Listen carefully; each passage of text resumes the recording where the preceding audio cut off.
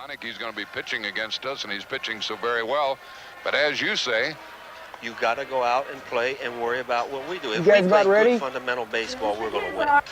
Now, if we're going to let somebody else affect our thinking on what we're trying to do, then we're not going to win. Are we going to win? If we play our fundamental baseball, we're going to win. Dave Ricketts, our guest. I'll be back in just 1 minute.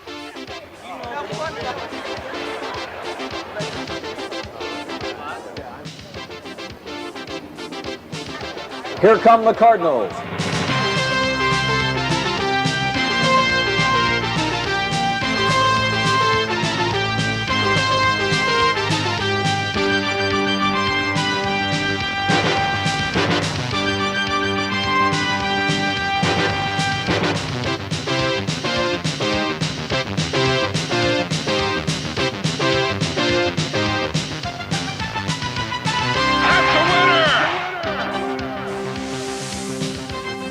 Hi, everybody. I'm Jack Buck. That's a winner. Now, those are three words I enjoyed saying quite often during the 1987 Cardinal season. And what a year it was. From the very first pitch on opening day at Wrigley Field to the final out in the Minneapolis Metrodome. This Cardinal team supplied us with enough thrills and special moments to last forever. And let's not overlook you, the fans, the millions of great Redbird supporters who arrived at the ballpark in record numbers. Now, they say all baseball fans believe in miracles. The question is, how many do you believe in? In 1987, it seems like the miracles never ceased. And I invite you to join me in reliving many of them during the next hour or so. Our story begins in February, beneath the warm sunshine of St. Petersburg, Florida. He's nothing but the... Hamilton at the bus ball up there. Spring training 1987. Time for the players to fine-tune their muscles for the upcoming campaign. Time for the fans, young and old, to get their first glimpse of their heroes after the long, cold winter. And time for the young ball players to impress the coaches. And that's what Tom Herr's son, Aaron, does. Could be the Cardinals' second sacker in the future. But he wasn't the only one stealing the spotlight. Right-handed hitter Jim Lindemann consistently overpowers opposing pitchers throughout the spring. All of a sudden, he's starting to hit pitches and drive pitches better than he ever had before. So he's making better contact. He's gotten a lot of confidence. He went to Puerto Rico. He tore the cover off the ball. And I think he's ready to step in as an everyday big league ball player. Lindemann is a bright spot, but there's still a cloud of uncertainty surrounding the Cardinal camp. Jack Clark, Willie McGee, Ken Daly, and Jeff Lottie are all coming back from off-season surgery. We're a club that's probably got more question marks than anybody in baseball. And then the whole key to our ball club is going to be, is Vince Coleman going to be a better offensive ball player? If Vince improves offensively, he'll set the table for the whole lineup. A bulked-up Ozzie Smith will hit behind Vince in the '87 season. Ozzie's off-season conditioning program added inches to his frame. On the mound, young left-hander Joe McGrain impresses pitching coach Mike Rourke. But the biggest surprise of the spring comes off the field. The Cardinals acquire all-star catcher Tony Pena from the Pirates. Andy Van Slyke, Mike LaValliere, and pitcher Mike Dunn become Buccaneers. With the new starting lineup set, Whitey and company head north for the 162-game regular season.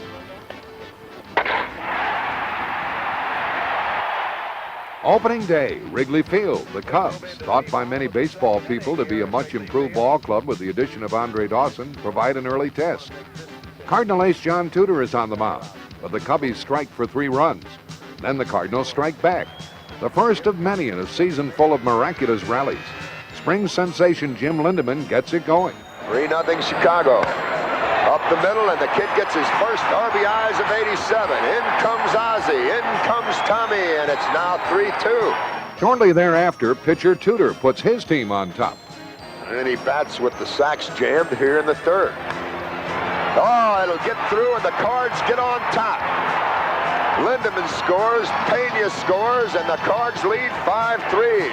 The Cardinals are now rolling, and as reliever Bill Dawley secures the victory, a happy bunch of birds walk off the field, 9-3 victors, 1 down, 161 to go. Home opener, Busch Stadium. A noontime downtown rally fuels an already frenzied group of Cardinal supporters.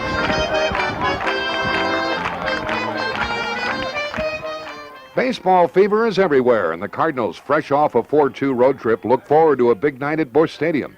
Even the threat of rain doesn't deter the more than 48,000 fans arriving to greet their heroes for the first time in '87. Festivities began with an appearance by the world-famous Clydesdales. But from here, the high expectations are dashed by a driving rain and a flood of Expo runs. Cardinals starter Greg Matthews is roughed up for 4 runs in the first. Montreal wins it 9-4, dampening the spirits of Redbird fans and winning the first of what will be many heated confrontations between the Expos and the Cards. The Blas, which struck on opening night at Busch Stadium, are back again as the Mets jump to a 5-0 lead. But the Cardinals refuse to give up. They chip away, tying the game. Tying it again in the 10th, thanks to rookie catcher Tom Pagnozzi's first hit in the big leagues. A short time later, Tommy Herr steps to the plate with the bases loaded, and some 50,000 fans praying for one more hit.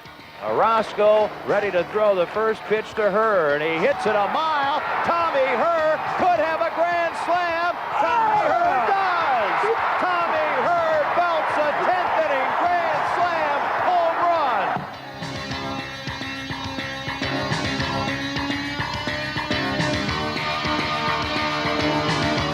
The wild celebration, which is touched off at Busch Stadium, comes to an abrupt halt the next day. The Cardinals win 4-2, sweeping the Mets. But they lose pitcher John Tudor for the bulk of the year with a broken leg. His injury, the latest in a season full of broken bones, pulled muscles, and never-ending ailments. This '87 season consistently confronts the Cardinals with adversity. The Redbirds' woes begin when catcher Tony Pena breaks his left thumb during the 3rd game of the season. He's out for 34 games.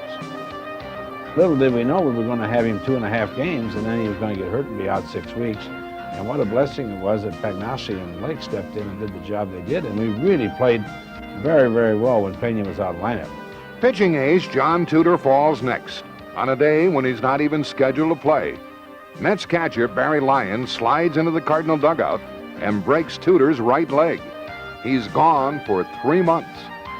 Just 4 days later, second baseman Tom Herr joins the walking wounded when he tears a groin muscle. Herr goes on the disabled list for 21 days. The first month of the season ends. Pena, Tudor, and Herr are on the shelf. Amazingly, these battling birds are still in first place. In May, Landrum, Lindemann, and McGrain fall. Somehow, these Cards stand pat with a 1-game lead in the East. In July, the injury list includes Danny Cox. The Giants' Mike Aldrete lines a pitch off of Cox's foot. The right-hander goes on the disabled list with a broken toe. Oh, that hits Cox, it looks like, in the foot, and Pena throws to first in time to get Aldrete, and Tony Pena quickly out there to check on Danny Cox. A bullet off the bat of Aldrete. He is out 1, 2, 3. 1 month later, Kurt Ford is sidelined with a broken right hand.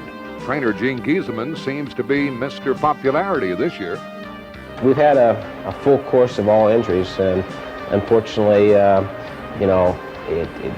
it's one of those things that you have no control over. You can't prevent some of the injuries that have happened, and you just have to go about and treat them the best way possible, and hope to get them back in the lineup as quickly as possible. The starting pitching is back on track. Tudor and Cox find their stride in September. But the kingpin of the offense crumbles. Jack Clark severely sprains his right ankle against the Expos. Jack was going down the line, and the ball sailed into the first baseline a little bit, and he wanted to beat Ty Cobb instead of Babe Ruth, and tried to avoid the tag, and when he did that, he twisted his ankle. People kept saying, "How's your ankle?" And no one understood it. His ankle was all right. He'd have been able to play in 10 days or 2 weeks with the ankle. It was that he tore some tissue away from a bone, and it never did heal. It was quite a time before Dr. London was able to x-ray him and diagnose it correctly, and it was really a 6-week injury. So it was a freak injury, and it was an injury that I thought would cost us the division. Jack Clark's rehabilitation is day by day, but the days turn into weeks as the ankle won't respond to treatment. So Herzog hopes for more brilliant baseball from his bench.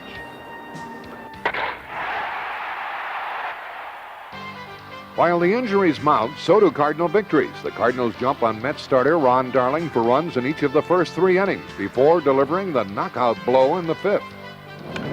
Clark sends it a long way to center, way back. It is gone. Wow.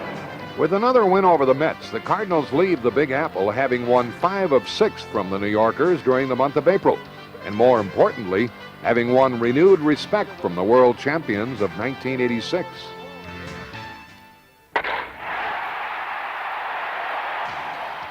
April turns into May, and one Cardinal hero is replaced by another. This time it's Willie McGee, who ambers to the plate in the 6th inning with his team trailing the Dodgers by a couple of runs. Oh! Sends this one deep into right field. No question in the second deck as Willie McGee. McGee's home run heroics are short-lived. A Dodger run in the 9th sets the stage for extra innings. And in the 10th, the Redbirds respond. 2 outs, bottom of the 10th, tied 4-4. It's going to be another breaking ball. Ground ball, base hit, left field. Clark rounding third, heading home. Guerrero drops the ball, and the Cardinals will win it 5-4. Lake's game-winning hit gives the Cardinals their 5th victory in 6 games and keeps his team in first place, 1 game ahead of the New York Mets.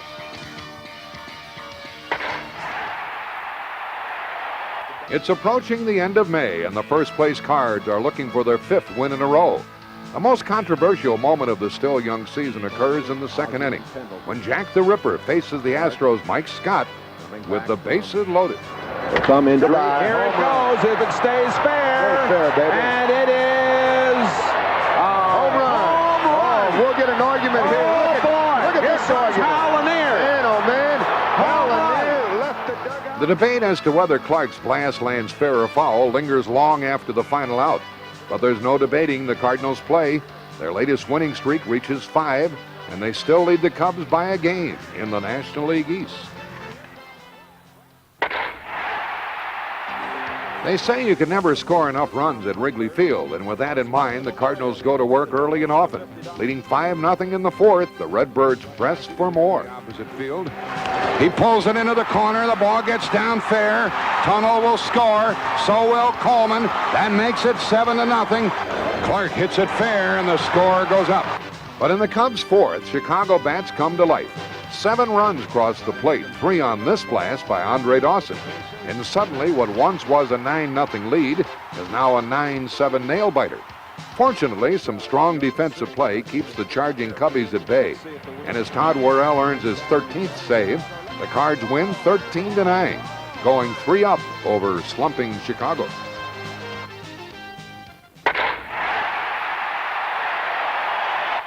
He'll throw him out. Tags, and He'll throw him out. What'd I tell you? Out. Lake is out, too. When the Cardinals and Expos play, it's always a slam-bang affair, and this game in Montreal is no different. The lead changes hands 4 times. Trailing by 2 in the 5th, Jack Clark steps up to the plate looking for number 22. And it is gone, way back. The game remains tied into the 11th when the Cardinals and Ozzie look to squeeze out another 1-run victory. Squeeze play. Beautiful. It finally works, and the Cardinals take the lead. After that, Ken Daly records his first big league victory since 1985. And the Cardinals now lead the Expos and Mets by 6.5 games, their largest lead in the National League East in 5 years. As the month of June rolls to an end, the Cardinals have the best record in all of baseball. Offense, defense, relief pitching. It was amazing to find the team clicking so well, especially considering the rash of injuries. Different ailments striking different players almost every week. But on this team, when somebody goes down, somebody else gets a chance to shine. And whether it's Ford or Lake, Morris or Oquendo, the Redbird reserves are playing a vital role in the revitalization of the 1987 Cardinals. When Whitey Herzog arrives at the ballpark, he fills out the lineup card even before he dons his uniform. During '87, finding the right names to complete the form is a challenge, a mysterious maze the White Rat must solve. I couldn't just put one lineup card on my desk. I needed 3 or 4, so somebody else would get hurt, somebody would get the fever, somebody would have the flu, and there's just no end to it. But time after time, Herzog displays new heroes. A group of super subs contributes more to this injury-riddled club than even their skipper might have imagined. There's Lake, Pagnazzi, Lawless, Booker, Ford, Morris, Laga, Lindemann, Johnson, Green, Dreesen, and a secret weapon named Jose Oquendo. I probably surprised a lot of people, but I think that most of my success could be the hard work, positive attitude, and good attitude around me. Jose plays every position but catcher during the year. His hard work and zeal turns into Cardinal dividends as he ignites Redbird rallies. Line drive, left field, base hit. Oquendo comes through. McGee scores, and with 4 runs in the 10th inning, the Cardinals come back against really insurmountable odds to score another victory. No matter where Herzog inserts Oquendo, the switch hitter sparkles. He bats .286 with 4 game-winning runs batted in during the regular season. When you talk about our most valuable player, Jack, I still got to say maybe it's Oquendo. The good play of this band of super subs makes the Redbirds unsinkable. Every player coming off the bench makes positive contribution. 1 run is home, and that is all. He didn't make it. They got him at the plate. I don't believe it. I don't believe it. We've all contributed in certain ways, and I think there is a bond. I think there's a lot of guys pulling and helping, and there's times where they'll have extra hitting, and one of the extra men don't know about it, and somebody will pull in and grab you and say, come on, let's hit, let's work on some things. And all this together is brought us closer, which makes a lot better team unity. Morris, and it may be gone. It is over the wall. Whitey really does know how to utilize his bench. He's great at double switching. He's great at using his bench. He has a way of keeping us all happy because we know that even though we're not starting, there's a good chance we'll be in the game before it's over. And a long one down the right side, and yes, it's gone. Ford hits his 2nd home run of the night. I feel that when I'm coming off the bench, I got to be very aggressive up there and also, at the same time, be selective. Opposing ball clubs can't get too confident because Herr, Pena, and Clark are out of the lineup. One of the unsung saviors will rise up and sting them. Base hit, Booker! Herr scores, here comes Willie! It's tied! The Cardinals come back here in the 8th inning. Everybody's having, quality years, and Steve Lake, Oquendo, Booker, all these people have helped us. With the Birds badly decimated with injuries in the first half of '87, this gang of no-name role players helps guide St. Louis to a 9-game bulge in the Eastern Division before the All-Star break. 26 games over the 500 mark. And down the stretch in September, experienced veterans David Green and Dan Dreesen deliver key blows. These never-say-die characters could get an Academy Award for their role as a supporting cast. For an extra player, it's probably the most important thing. I mean, you want to feel part of the team. Yes, the White Rat made these role players feel like top cats as he jotted their names into the lineup.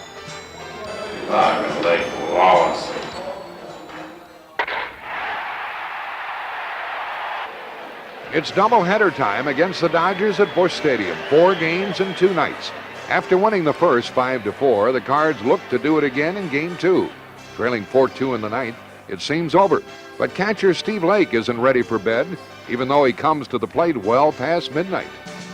Lake has a hit in 3 at-bats. He hits it deep, going back, Landreau, and it is gone! Oh my, Steve Lake! A 2-run homer in the 9th, and this one is tied 4-4 at 2:33 in the morning. With the game tied in the 10th and the clock ticking away, Jack Clark steps up to bat. Even Clark dreams of game-winning RBIs, but at 3 in the morning, this is no dream. The 2-2 up the middle, base hit! Here comes Lawless! Clark has done it! The Cardinals sweep the Dodgers! The Cardinals sweep the Dodgers!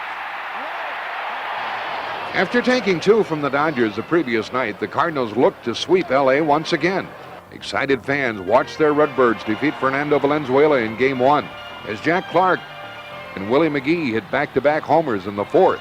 Now it's Game 2, and Terry Pendleton finds himself at the plate with the game on the line in the 10th inning. Now the Dodgers look for 2, and there's a hot shot through Hatcher. The Cardinals win it! The Cardinals win it! In the span of 48 hours, 2 incredible evenings of baseball. The Cardinals score 24 runs in 4 games and sweep the Dodgers. At the All-Star break, the first-place Redbirds are the talk of baseball. Ozzie Smith, Willie McGee, and Jack Clark are National League All-Stars, and their team is perched on top in the East with a 9-game bulge over second-place Montreal. Whether it's the home run or the hit and run, the 87 Redbirds are an explosive bunch. During the first half of the 87 season, no team in baseball swung the bat like the St. Louis Cardinals, even in batting practice. If you pitched it, this team would hit it. Once the game began, it was the same story. The windup, the pitch, and then watch out.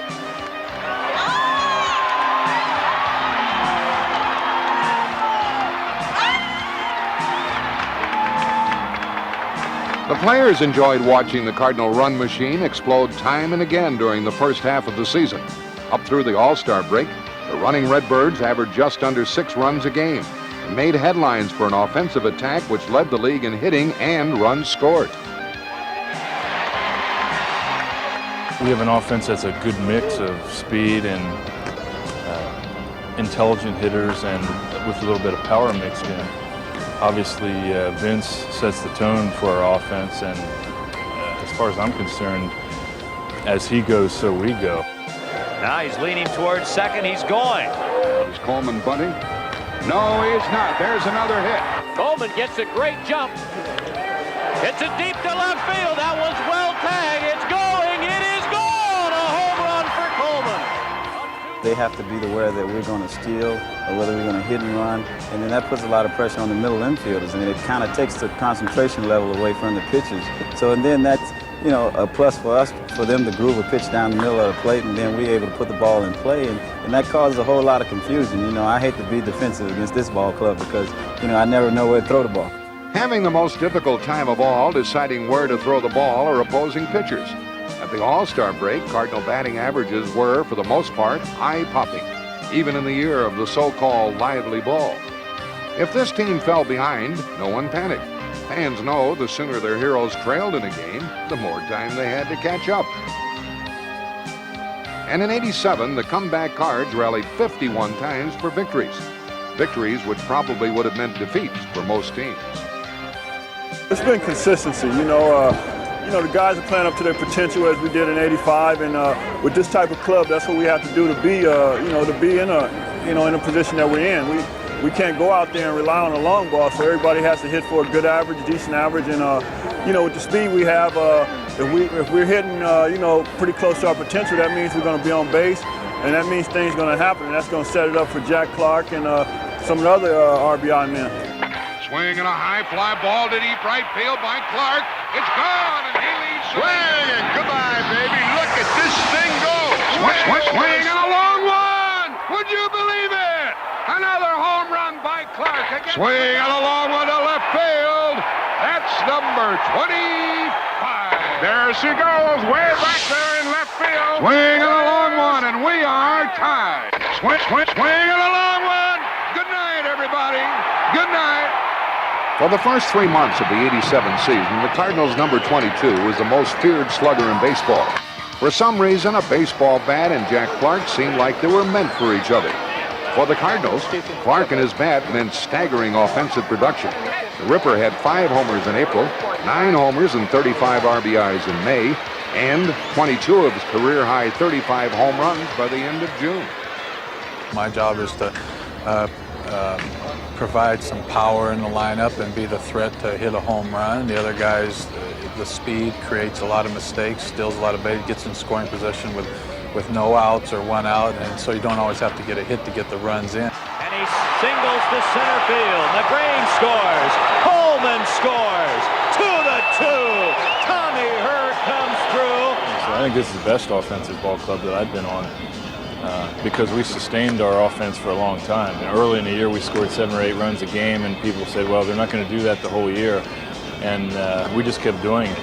You're going to win some games. Here's a shot into center field. Jefferson on the run. How about and the he's left not field there. wall? And it's over the left field wall. 2-run home run, Willie McGee. It's an exciting team. I enjoy watching it myself. You know, when I'm not involved on the bases or up a batter in the field, you know, I enjoy watching guys play myself because anything can happen with this type of team. Swinging up the middle, and it goes through. Swinging a long one to right field. Base hit. Grand slam. Squeeze play. Swinging, and there she goes, baby. Howdy, everybody. The Cardinals were on a roll, and personally, I was on a roll also. In the month of July, I made the trip to Cooperstown, New York, inducted into the broadcaster's wing for the Baseball Hall of Fame. I'll live off that memory for a long, long time, perhaps forever.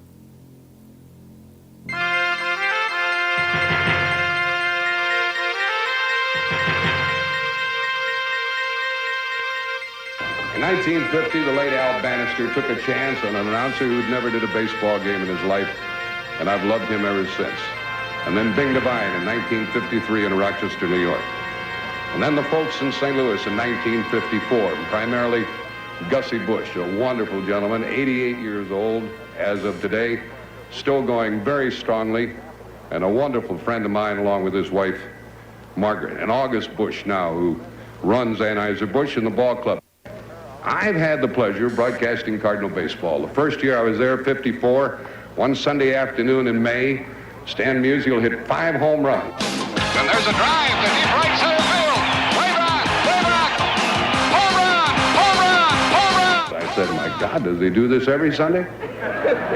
He did something every Sunday. He didn't hit 5 home runs every Sunday, but imagine the people I've had the fun of describing. Boyer, McCarver, and Maris, and Cepeda, and Cunningham, and Javier, and Grote, and currently Ozzie Smith, and Jack Clark, and Willie McGee, and Bob Forsch, and the best manager who ever managed, Whitey Herzog.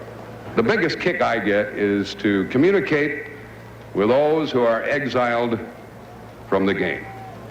In hospitals, homes, prisons, those who have seldom seen a game, some who can't travel to the game, those who are blind.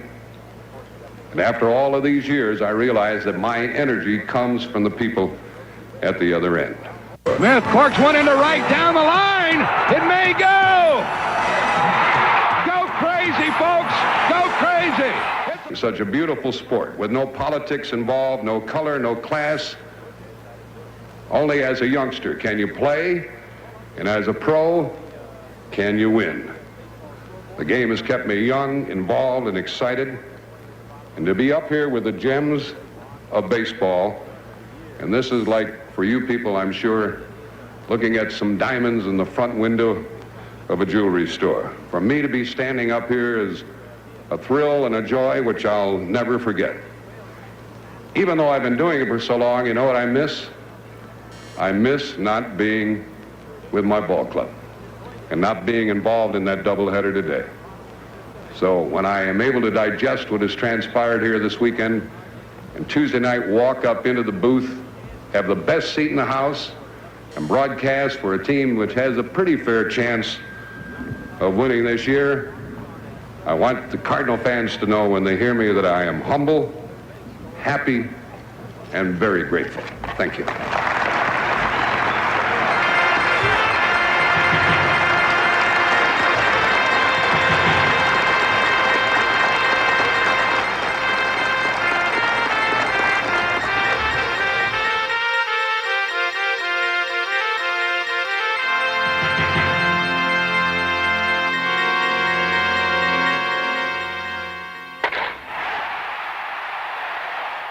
Mets are going to win, right? No! Never. Who's going to win? Cardinals! The Mets are surging, the Cardinals struggling, and suddenly the talk around the batting cage in late July is of a subject which hasn't been discussed in quite a while, a pennant race. Coming into this important 3-game homestand with the New Yorkers, the Cards have lost 4 in a row, their longest losing streak of the season. As Cardinal fans pack Busch Stadium in anticipation of an exciting series, Met fans, few and far between in St. Louis, speak with renewed confidence. You take them position for position, match them up, Fernandez against Clark, everything except the shortstop. Then the Mets are the best.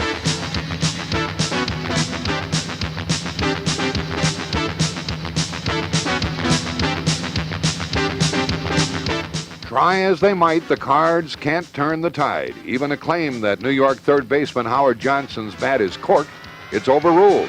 And as Tony Pena and Johnson struggle over the controversial piece of lumber, the Cardinals are just plain struggling. The Mets leave town with a 3-game sweep and leave Redbird fans praying a 7-game losing streak will soon come to an end.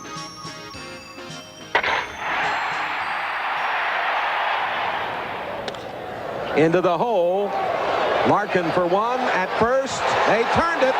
As August nears its end, the Cardinals are mired in yet another losing streak. This time, John Tudor is asked to halt a 5-game skid.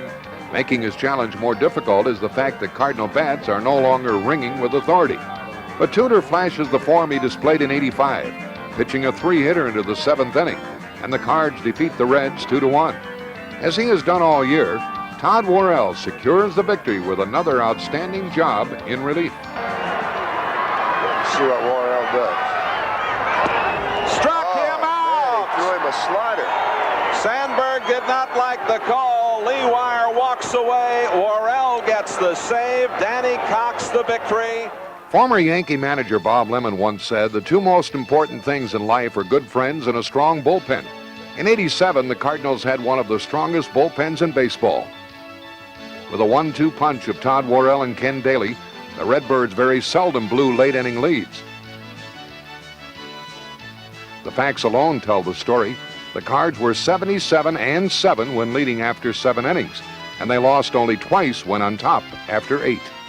I think overall, when the chips are down, we've come through and been able to hold the lead and shut the door when necessary.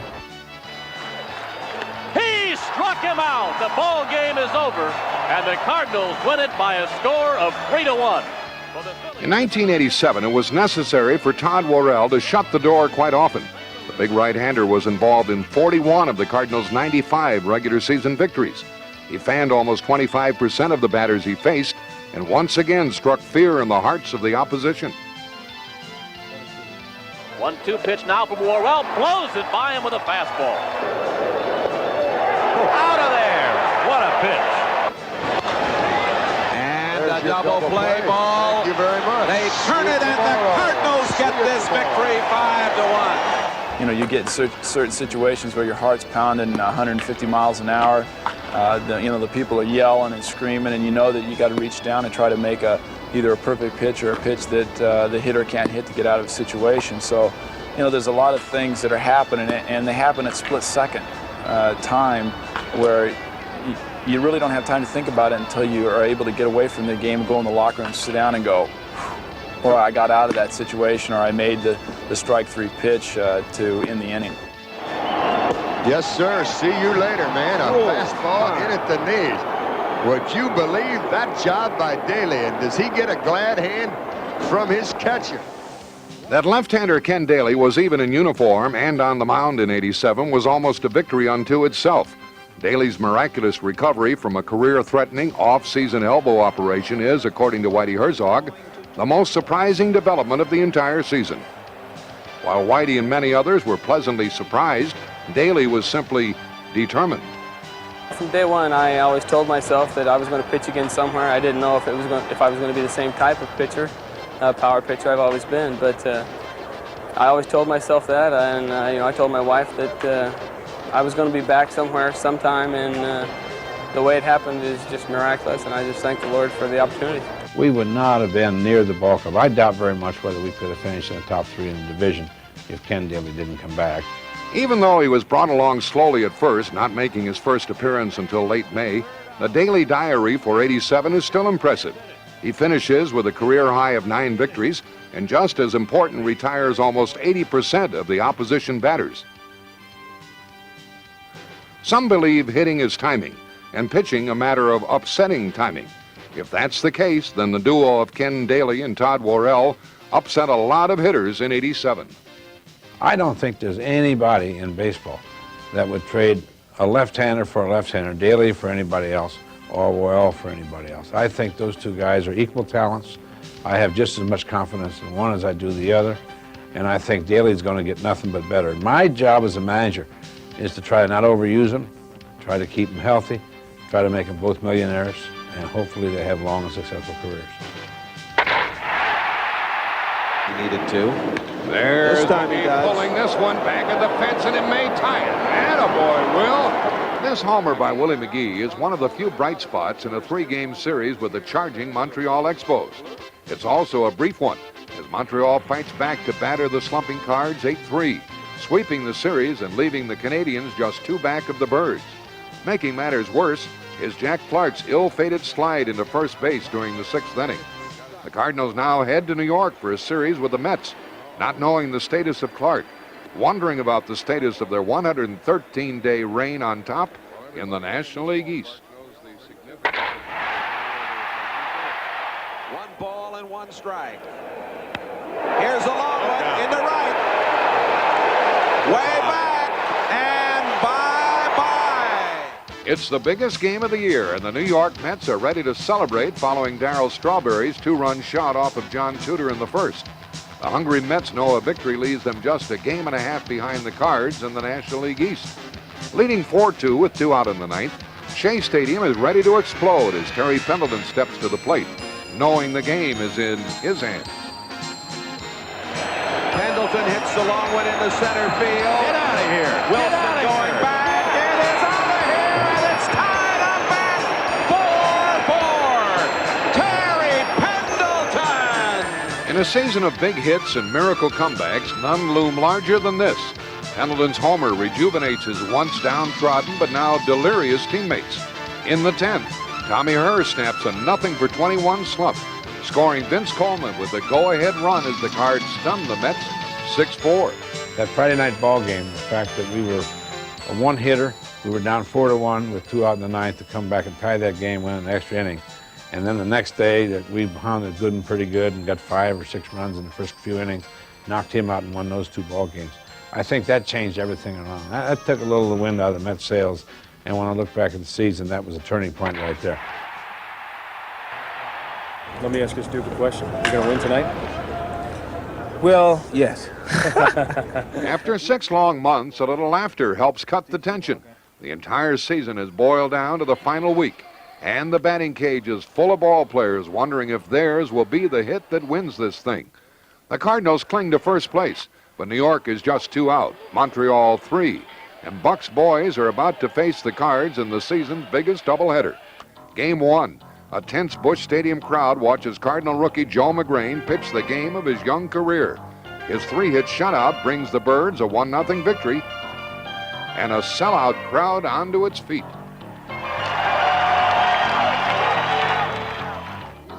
Ball hit up the middle. Look at Ozzie. Fields it and throws on over to get a speedy run. One more play to the highlight film. In Game 2, it's defense and pitching once again. Following Joe McGrain to the mound is Greg Matthews. He holds the Expos at bay until his team can rally in the 6th, manufacturing a run as only the Cardinals can. The Cards go on to score twice more, winning 3-0. With their magic number now at 2, it's the Cardinal pitching which has propelled the team in its drive toward the Eastern Division flag. The doubleheader victory over the Expos signaled the Cardinals' intent on erasing all doubts as to who would win the Eastern Division crown. And at the same time, serve notice the team's starting pitching, once beset by injuries and inconsistency, was now beginning to gel. It is interesting to note that during the regular season, no Redbird starter would win more than 11 games, not one. And never before in the history of divisional play had a team won a title without at least one starter posting a minimum of 14 victories. Yet the Cardinals defied history and the odds. And as the season would come to a climactic finish, it was the starting pitchers leading the way, keeping the team in contention, much as the hitters had done in the first half. As August became September, and September turned into October, it was McGrain, Matthews, Cox, and Tudor responsible for many late-season celebrations at the ballpark. If you look on other championship teams, it's happened Part of the year, hitters have carried the pitching staff, and through later in the year, when the hitters may be tired, the pitchers might carry them. I mean, that's how you win. At the beginning of the year, the offense was unbelievable. We were putting so many runs up there. You know, we was winning games 10-8, 9-7, and you know, pitching staff wasn't doing their job. You know, it's fun winning and everything. That's what it's all about. But as a pitching staff, you want to be better than that. You know, you just don't want to win games. You want to shut other teams out. You don't want to give them an opportunity to score. Cox has struck out a couple. Like Danny Cox, several Cardinal starters regained their form late in the year, a turnabout reflected in the final regular season statistics. Among the National League clubs, St. Louis would finish 5th in overall team earned run average. And in the Eastern Division, only the Mets ended up with a better ERA. A staff high of 11 victories may not be worth shouting about, but it's safe to say that this year the Cardinals won big without a big winner.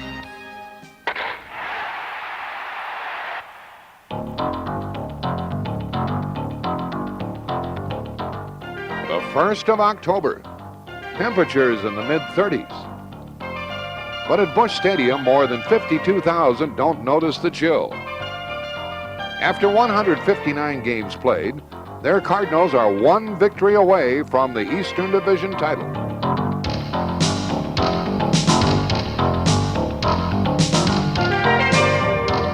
And here's the pitch on the way, and a smash and a diving stop by Dreesen to Cox for the out. That's the play of the game. The pitch to Smith. Swing and a ground ball through the hole. A base hit. A run home. Here comes Cox. No play. It's 6-1.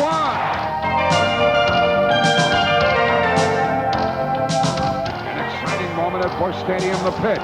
Swing, a half swing. The ball back to Cox. Out at first. That's the winner. The Cardinals have won the Eastern Division crown.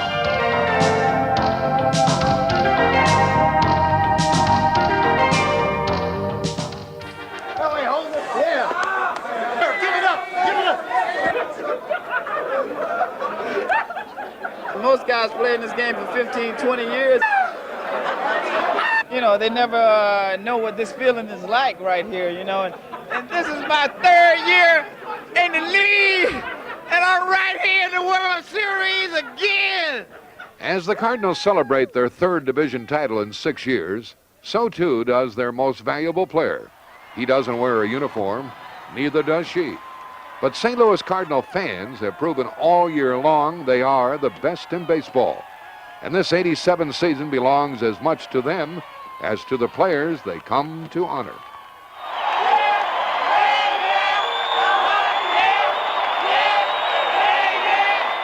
They come to the ballpark for many different reasons, but once they arrive, St. Louis baseball fans all have one thing in common.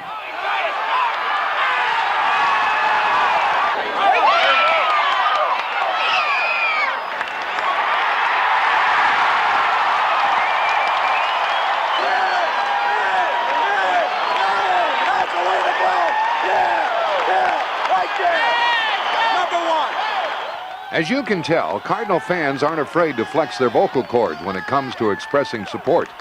Night after night they arrive, and one glance outside the stadium an hour or so before game time usually gives an indication of what's to come. Busch Stadium in 1987 was more than simply a place to watch a baseball game. Sure, baseball was the focal point, but as the season progressed, this ball yard, situated in the shadow of the arch, became the gateway to good times.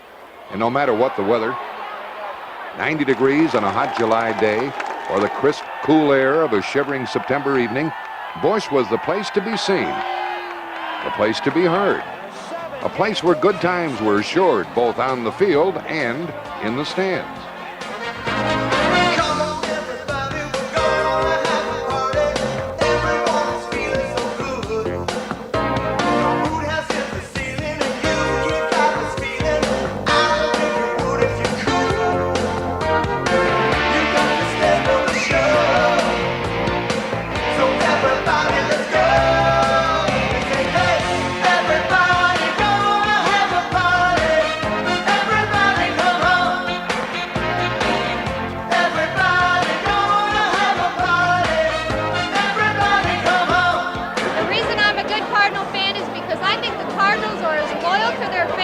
as the fans are to them. I think they give 100% the same way as we give 100%. I scream a lot. I love the team. I really enjoy it a lot. It's great entertainment. The old saying, what a team, what a time, what a town. I love my Cardinals. Look at my outfit. I love look at them on TV. I hear them on the radio. I pray for them. I love my Cardinals.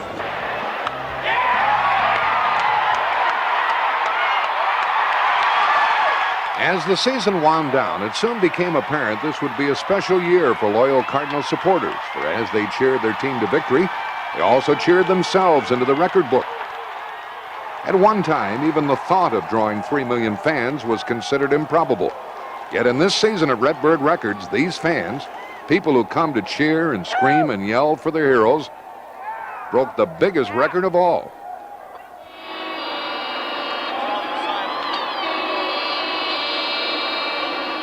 On October 3rd, Brenda Slover of Orchardville, Illinois, became the 3 millionth person to walk through the turnstiles at Busch Stadium.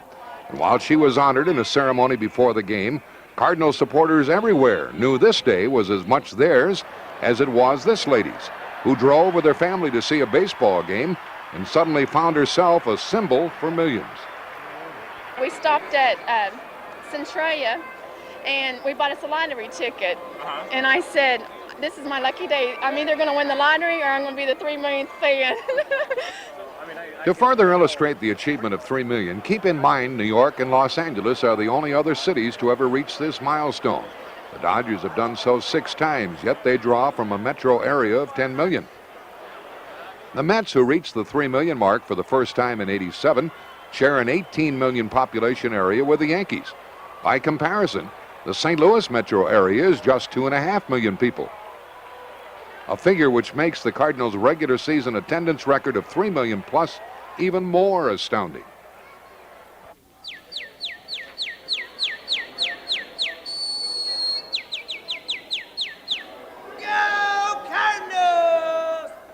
No doubt, Redbird fans are a special breed. Take just for example, 73-year-old John Wilkerson, the unofficial mayor of the bleachers.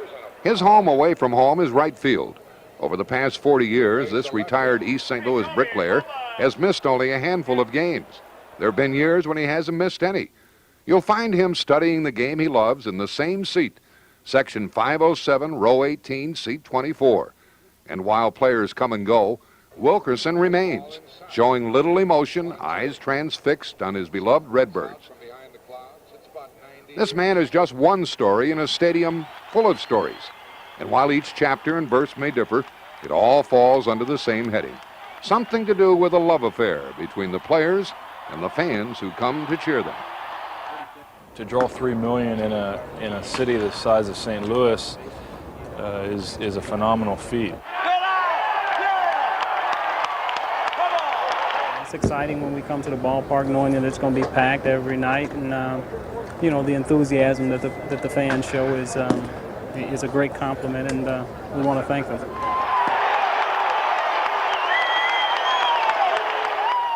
If you love Whitey, if you love the Cardinals, you cut your hair like this. I did it. You all should do it. Even the women should do it. My wife should.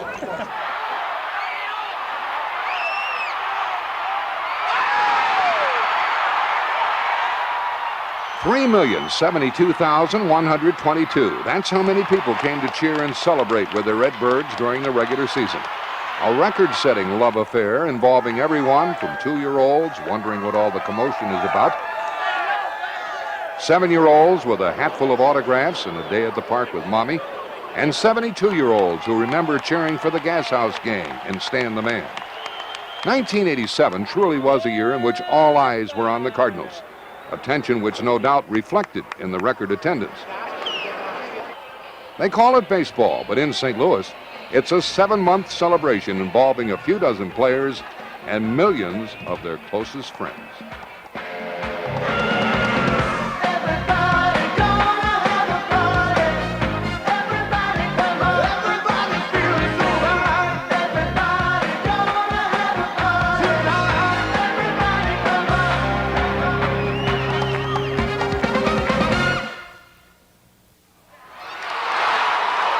A miracle in sport. A season attendance record of over 3 million fans is more than just a rare achievement. It is proof positive that St. Louis is home to the greatest sports fans in the world.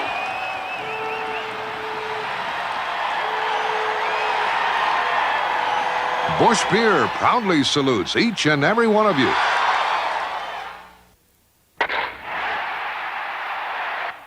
Tuesday, October 6th, the second season begins before a record crowd at Busch Stadium. 55,331 filled the stands. Game 1 of the National League Championship Series. Whitey Herzog's Redbirds against Roger Craig's Giants. A lot of clubs go into a playoffs or World Series. We did a great job just to get here. I don't want this to happen to my club. To me, it's the new season just starting over right now. Even before the first pitch, St. Louis suffers a setback. A stiff neck sideline scheduled starter Danny Cox. Herzog summons rookie left-hander Greg Matthews to open the series. In the first frame, the Giants break on top, but the Cardinals come back with the tying tally in the third off Giants starter Rick Rutschel. Comes Pena to score, and we're all even at one. But the very next inning, the Giants flex their muscle. The Hackman, Jeffrey Leonard, connects for a solo home run to center field. 0-0 taunts Cardinal players and fans alike as he rounds the bases with one flap down. Leonard didn't know these birds are unflappable. After tying the game in the fourth, Harry Pendleton breaks the 2-2 knot with an RBI single in the sixth. Now with the bases loaded, 2 outs and 2 strikes, Matthews bats for himself. And there's a little looper into center, and it was a breaking ball. And 2 runs will score. And it was a hanging breaking ball. You could have put your hat on it. It's 5-2 Cardinals. Finally, Matthews and his magic exit in the 8th. With the Birds in a jam, left-handed reliever Ken Daly slams the door on the Giants. And the Cardinals come away with a 5-3 victory in the opener. Dreesen dug it out. The very next day, it's a matinee at Busch Stadium. The Wizard and his teammates eagerly take the field, and why not? Today, their best left-hander, John Tudor, is out to slay the Giants. While the Cardinal fans might be thinking sweep, it's the San Francisco left-handed ace who is cleaning up on the Cardinals. Time after time, Dave Dravecky handcuffs hitters. Jack Clark's absence is sharply felt, just as Will Clark's presence. In the second inning, the Giants' first baseman touches one off. Towering drive to right field. Back goes Akindo on the track, at the wall, gone. The man quickly filling the villain's role, Call Me Jeffrey Leonard, hits his second monstrous homer in as many days. The Hackman goes 3 for 4 as the Giants get even with a 5-0 win. Now it's on to San Francisco, where Craig's club could clinch with a 3-game sweep at Candlestick.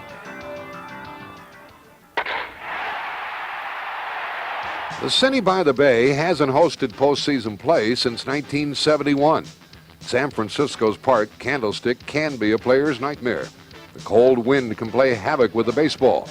The wind is blowing Frisco's way on this Friday night in Game 3. Here comes Chili Davis to score, and the Giants draw first blood. With Clark going, and a hit-and-run fly ball down the right field line. It's going to land for a base hit. Akindo comes up with it, but here comes Clark, and he is going to score. And he's hit one to deep left center, and look out now. If it's gone, it is gone, and he's got one flap down. In the 5th inning, Bob Forsch is on in relief. An inside pitch hits Jeffrey Leonard, and when the bases are loaded, the Giants could blow the game open. But Forsch gets out of the trouble. The Cardinals still trail 4-0. Bobby got Chili Davis to pop up and Will Clark to fly out to medium right field.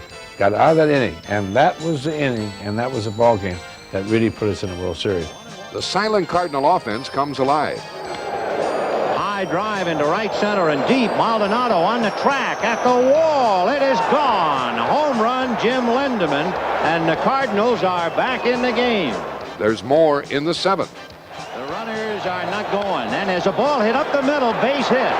Here comes Akindo around third to score. Hurrying to third is Ford, and the Cardinals are within 1 with the tying run at third.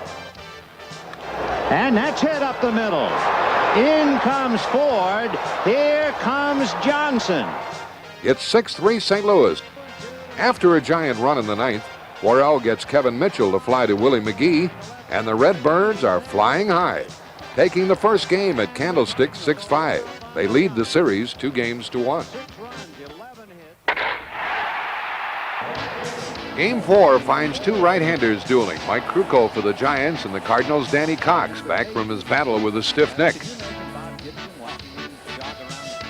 The momentum swings the Redbirds' way early. Ground ball by the drawn-in infield.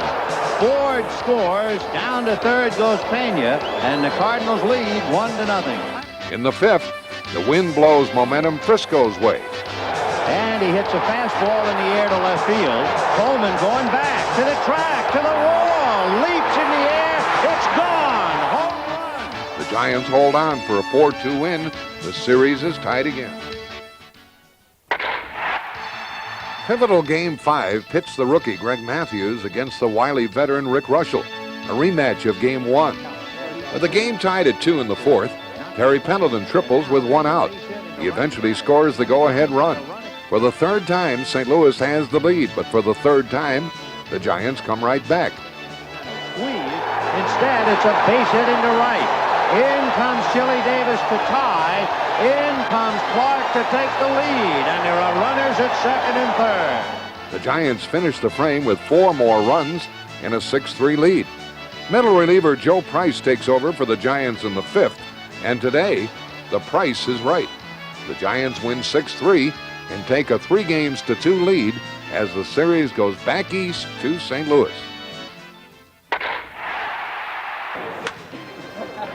Back at Busch Stadium, the Cardinals face elimination in Game 6. Rogers' relaxed Giants are humming along.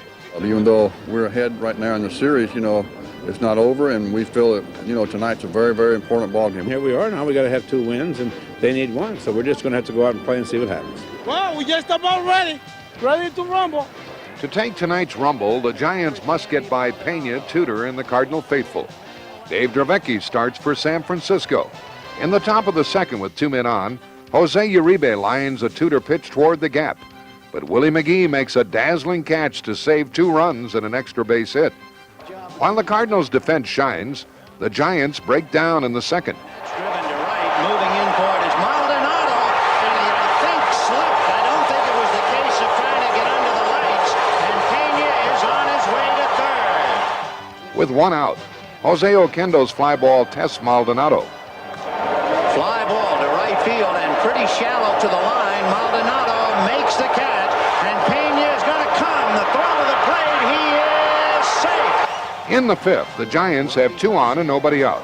Dravecky lays down a 2-strike bunt. Watch the play by Pendleton. He laid a poached egg, and the throw is just in time. The Cards still cling to the 1-run lead in the ninth. Ground ball up the middle, backhanded by her. The Cardinals are still alive.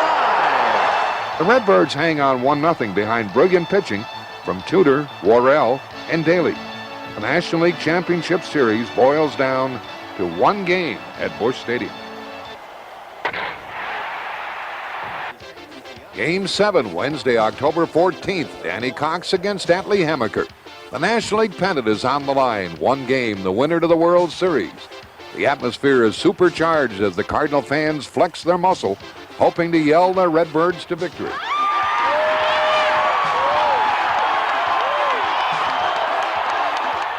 In the second, the Cards get Hammaker. And that's banged into center, base hit. And there's a ground ball into right field, base hit. Ground ball to the hole, base hit. Stopping at second is Pena. 1-0 St. Louis, and a blizzard again at Busch. Now the secret weapon unleashes his assault on the Giants. A drive into deep left field. Back goes Leonard. Gone!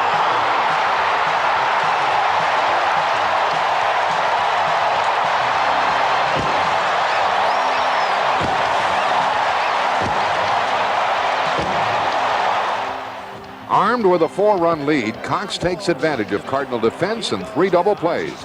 Back to Cox, double play. The Cards are on the verge of winning their 15th National League crown. High fly ball to shallow left. Vince Coleman, Minnesota bound.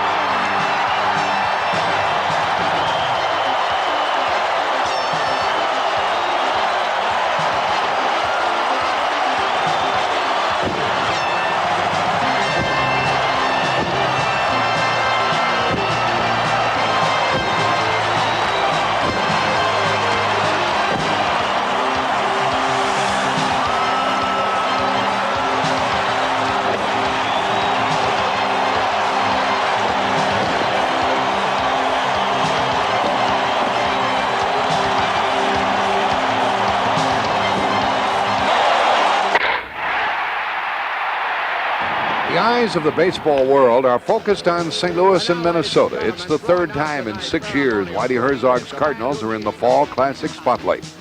The Twins' last appearance was 1965. The media attention exposes two very different teams.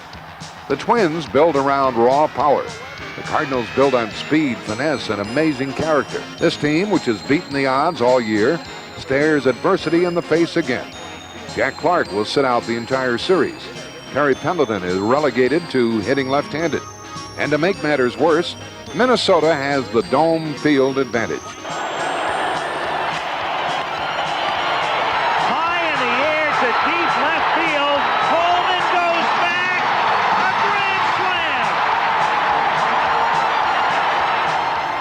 A grand slam. In Game 1, the Twins teach the Redbirds about Metrodome advantage. It's Homer Hanky heaven for the 55,000 rowdy Twin Rooters. It's a den of horrors for the Cardinals.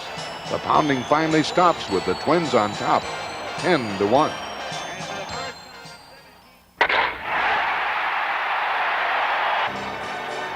Game 2, it seems like a recurring nightmare. Minnesota's musclemen are teeing off inside the Homer Dome. Once again, the demolition takes place in the 4th inning. A 6-run explosion sends Danny Cox to the showers and happy Twin fans into hysteria. Behind Bert Blyleven, the Twins win 8-4. The series moves to St. Louis.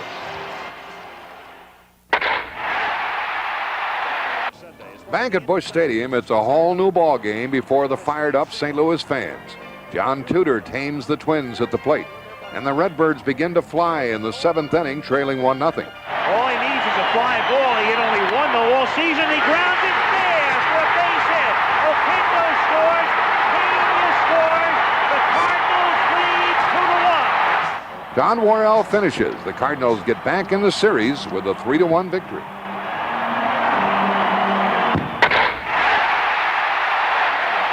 In Game 4, the Cardinals take the law into their own hands. Tied at 1 in the 4th, Tom Lawless levels Minnesota with a 3-run homer. The utility man steals the spotlight.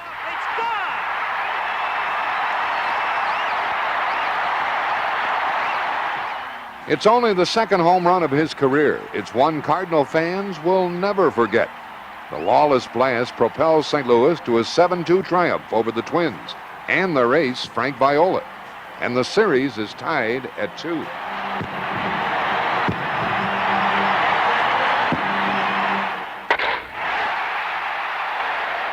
In Game 5, Danny Cox and Bert Blyleven hook up in a scoreless duel. The Redbirds are running in the 6th inning. Vince Coleman and Ozzie Smith pull off a double steal. With the bases loaded and 2 out, Kurt Ford lines a single to center.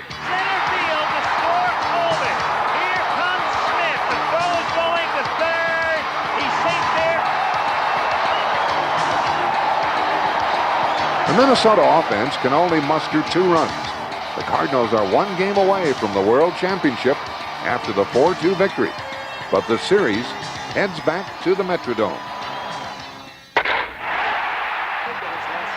The Cardinals are poised for the kill in Game 6. In the first, Tom Herr gives Cardinal starter John Tudor a lead. In the air to deep right field, and Bernansky looking up at this one, and gone. In the 5th, the Redbirds take a 5-2 lead when Willie McGee singles home a run. The Cardinals are 15 outs away from the World Championship. But Don Baylor has other ideas. To deep left field, and that one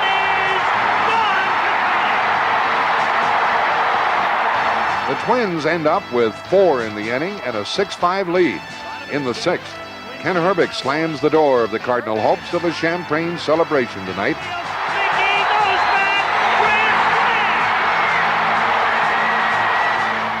Herbeck's grand slam puts the Twins up 10-5. Minnesota goes on to win 11-5, and the series is tied at 3. The odds are stacked in the Twins' favor at home under this dome, but the Cardinals enjoy these pressure cookers. Another fastball, though, is wrapped into center for a base hit. Lindemann around third comes in to scores. And he hits it into left field for a base hit. So another sudden hero. 2-0 as McGee scores.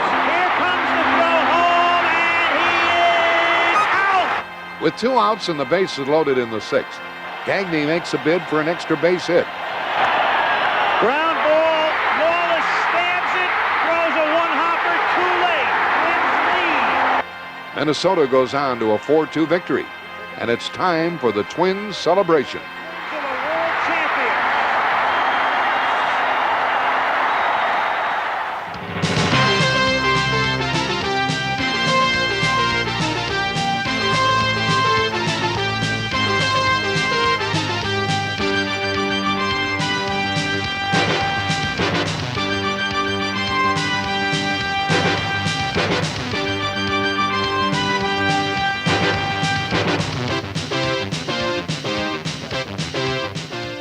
This season of '87, it has given us some fond memories, and we hope you've enjoyed our look back at this glorious campaign. This gutsy gang of Cardinals was one of the most resilient teams in all of sport, a team which provided us with some unforgettable thrills. I hope when the pictures of the '87 season flash back through your mind, you'll smile and say, "That's a winner."